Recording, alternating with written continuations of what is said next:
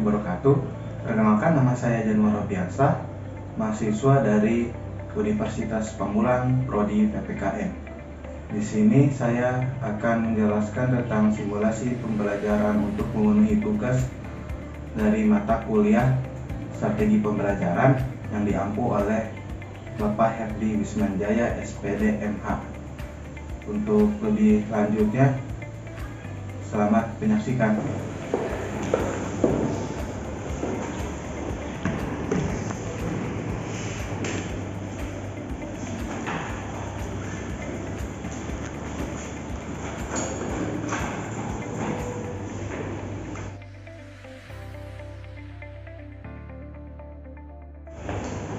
Assalamualaikum anak-anak.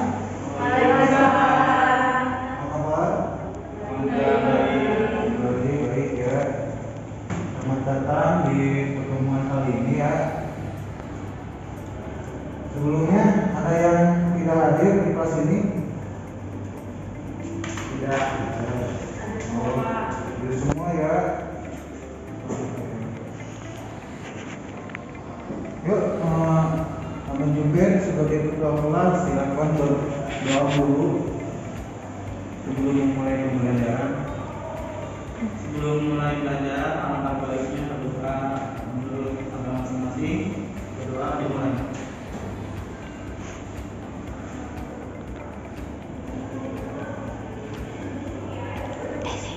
Berdoa berjalan.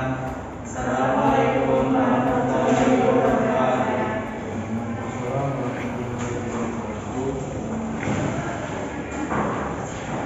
Sebelumnya kita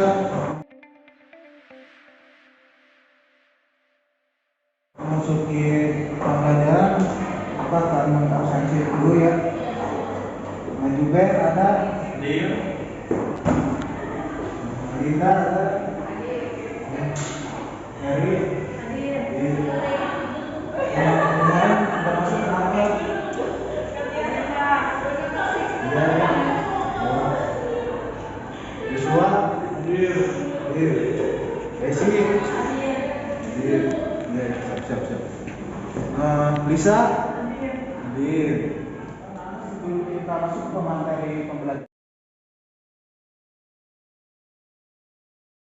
alangkah baiknya kita melakukan menyanyikan lagu Indonesia Raya secara bersama-sama.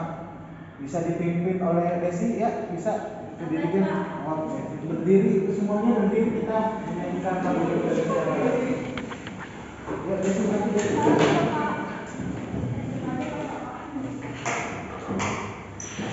silakan dipimpin.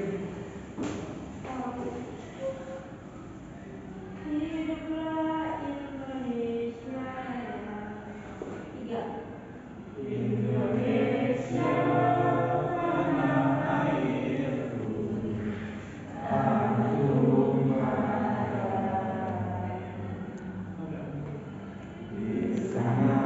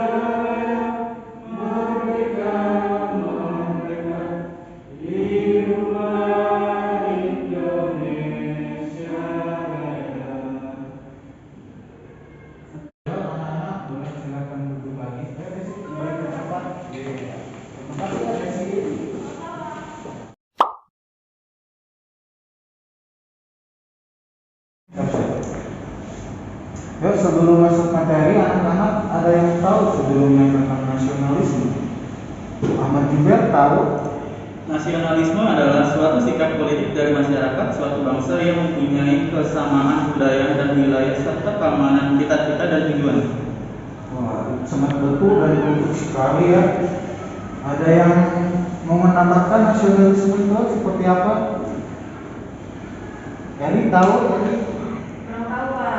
Yang tahu, yang lain yang tahu atau pernah mendengar di internet atau di TV, nasionalisme itu sering digaung-gaungkan di hari-hari peringatan negara. Sebetulnya nasionalisme itu apa sih? Kenapa orang-orang membicarakan nasionalisme? Ika tahu Kak nasionalisme? Cinta tanah air. Cinta tanah air, betul, sangat baik sekali jawabannya. Lydia, Kurang tahu Pak. yang tahu, baca lagi ya nanti. Karena literasi. Arti dari cinta tanah air adalah cinta kepada negara tempat kita dilahirkan, dibesarkan, dan memperoleh kehidupan di dalamnya. Karena dari negara kita tersebut semua yang kita butuhkan akan kita dapatkan. Cinta tanah air adalah sama saja rela berkorban demi kepentingan negara, memajukan kehidupan bangsa, mencerdaskan diri demi ikut berpartisipasi dalam rangka proses pembangunan tanah air atau negaranya dari negara kecil berkembang sampai menjadi negara maju. Cinta tanah air juga sering dikenal dengan istilah nasionalisme. Secara ringkas, nasionalisme merupakan paham kebangsaan yang merupakan kesetiaan tertinggi individu terhadap bangsa dan tanah airnya. Cinta tanah air pada hakikatnya merupakan bagian yang tak terpisahkan dari setiap manusia.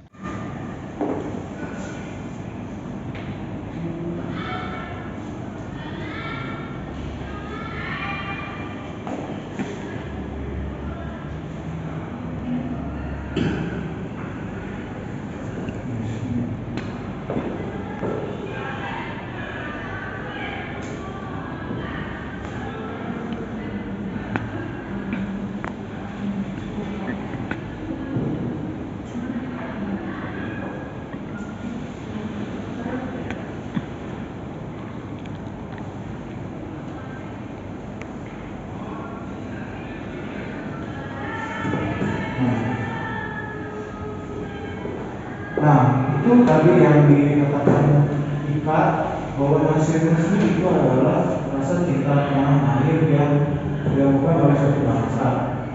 Kenapa bisa terbentuk? Ya karena untuk melindungi bangsanya itu sendiri dari bangsa-bangsa yang lain. Nah, nasionalisme juga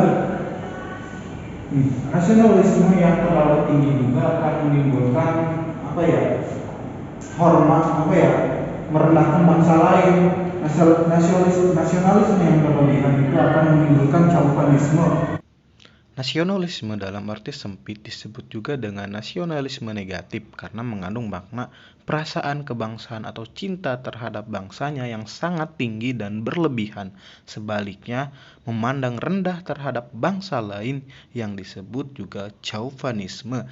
Chauvinisme harus dihilangkan dari dalam diri rakyat Indonesia karena dapat mengancam persatuan dan kesatuan bangsa, menjadikan seseorang tidak berpikir hal-hal baik tentang bangsa lain, pemicu pertentangan dan peperangan antar bangsa dan negara, menjadi jiwa seseorang lebih tertutup dan sulit bersosialisasi.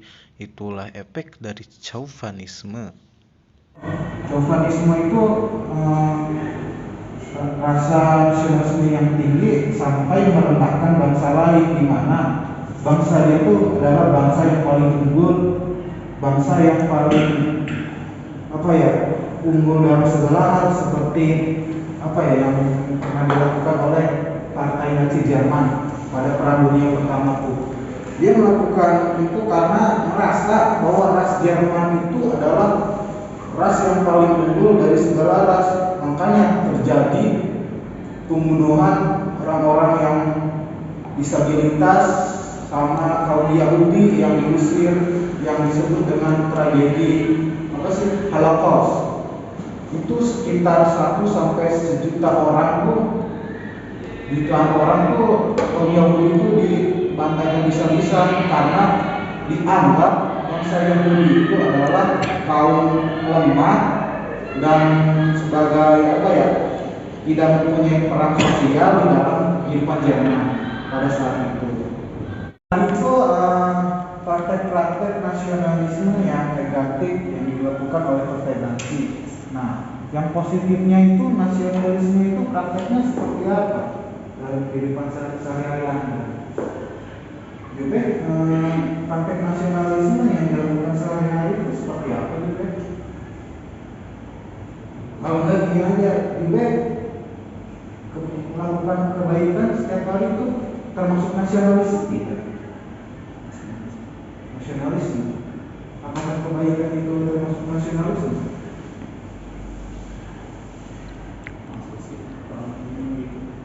Oke, boleh.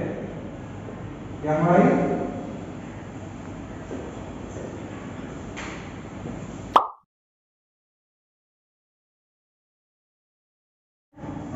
Nah, setelah kasih kuis sekarang, apakah agama bertentangan dengan Pancasila? Yang bisa jawab? Coba saya. Iya. Kalau menurut saya, agama itu tidak bertentangan dengan Pancasila, melainkan agama merupakan cerminan dari nilai-nilai Pancasila pada sila pertama, ketuhanan yang Maha Esa. Oke. Jawabannya sangat bagus oleh Adinda. Yang kedua, kenapa kubu ekstremis di Indonesia sangat mengancam keutuhan NKRI? Ada yang bisa jawab? Ya, pertanyaan selanjutnya anak-anak, apa manfaat dari nasionalisme dan patriotisme dalam kehidupan sehari-hari? Ada yang bisa jawab? Saya Pak, Gimana? menjamin kemauan dan kekuatan mempertahankan masyarakat nasional melawan musuh dari luar sehingga melahirkan semangat rela berkorban. Menghilangkan ekstremisme atau tuntutan berlebihan dari warga negara individu. Oke. Jawaban yang sangat bagus oleh saudara juga.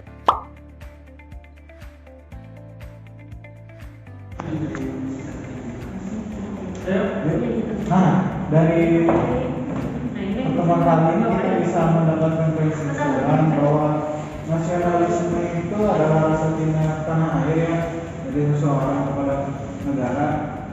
Untuk itu kita juga tadi sudah menyebabkan dari praktek-praktek nasionalisme dalam kehidupan sehari-hari. Rasa nasionalisme yang berlebihan juga tidak mempunyai manfaat apa-apa, yang akan mudarat saja. Oleh karena itu, hiduplah ya sewajarnya aja. Nasionalisme juga ada, ya jangan berlebihan. Untuk mengakhiri pertemuan ini, silakan berdoa menurut agama dan kepercayaan masing-masing. Berdoa untuk saya.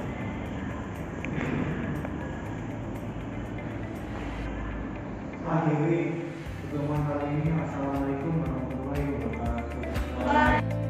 Sekian video yang saya buat, semoga bermanfaat untuk kita semua. Kurang dan lebihnya mohon dimaafkan. Wassalamualaikum warahmatullahi wabarakatuh.